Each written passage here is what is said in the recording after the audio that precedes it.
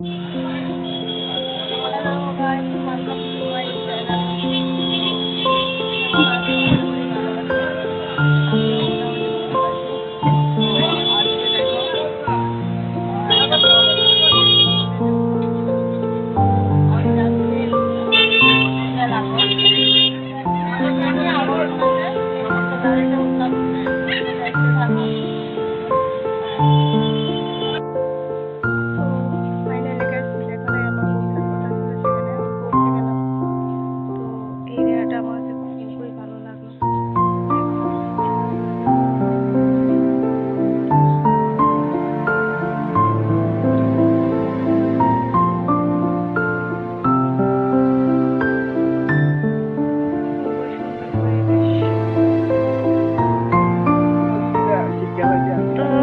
দেখো তারা যে পরিশ্রম করে এগুলি তো আমরা তার কাছে দিয়ে যেতে পারবো না।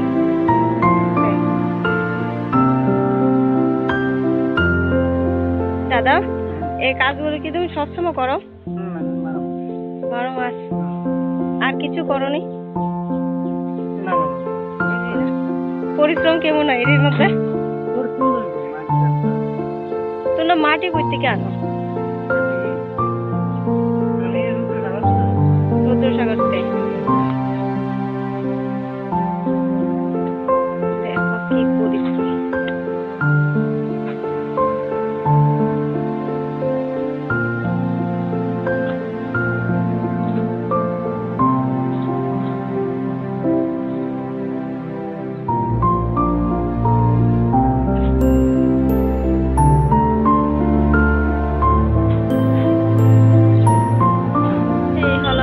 দাদার নতুন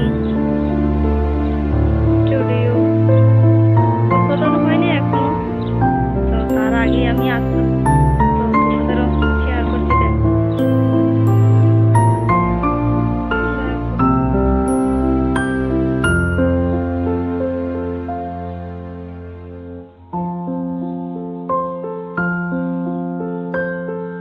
গ্রামের একটা জিনিস আমার কাছে খুব ভালো লাগে, মহিলাদের কাজ খুব সুন্দর করে, যেগুলি আমরা পারি না, মানে আমরা গ্রামের ভাষায় যা বলা হয় লেপা না,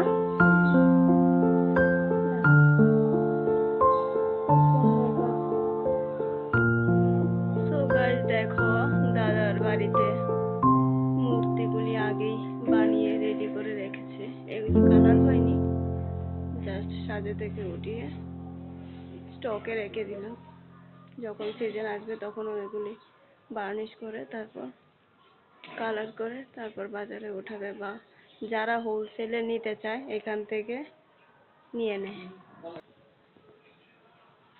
এই দেখো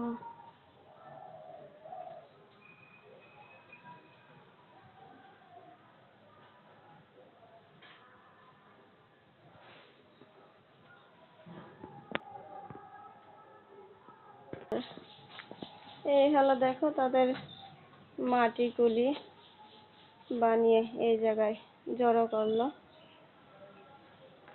তারপর তারা এখানে বসে কাজ করবে।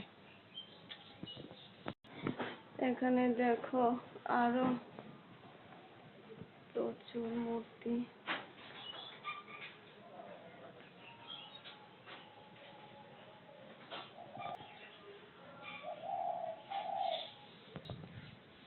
আর সে বাইরের সেই মনোরম পরিবেশ দেখো, ওই যে নীরমহল দেখা যাচ্ছে,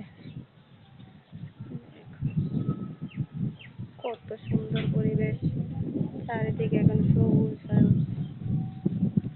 এগুলি ধানের জমি।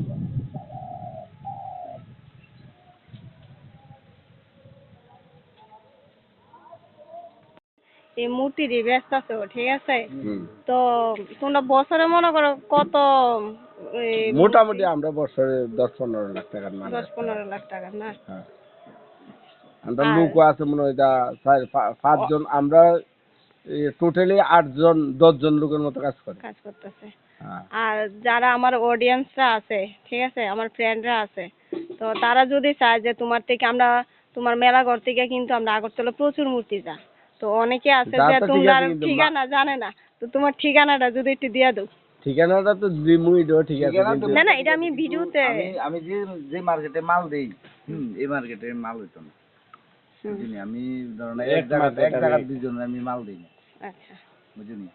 আর তো কারণ তোমার দিলাম, এরপরে তোমার ভাই ঠিক আছে। মেলাঘর পালপাড়া সুনীল বর্মন, এমনি ছাড়ো না, সুভাষ বর্মন। এমনি তো ঠিক তোমার আছে। গ্রুপে রাখা দিও, খালি ঠিক এমনি আছে। ছাড়ো না। আমরা তো গাইস, আমার দাদার সাথে কথা হয়ে গেল, এখন আমি বাড়িতে চলে যাচ্ছি। তো ভিডিওটা যদি তোমাদের ভালো লাগে, লাইক কমেন্ট শেয়ার করে দিও। আর যাদের যাদের প্রয়োজন আছে আমাদের এই গয়না বা মূর্তি, তোমরা অবশ্যই আমাদের সাথে যোগাযোগ করবে। Thank you so much, thanks for watching video, thank you.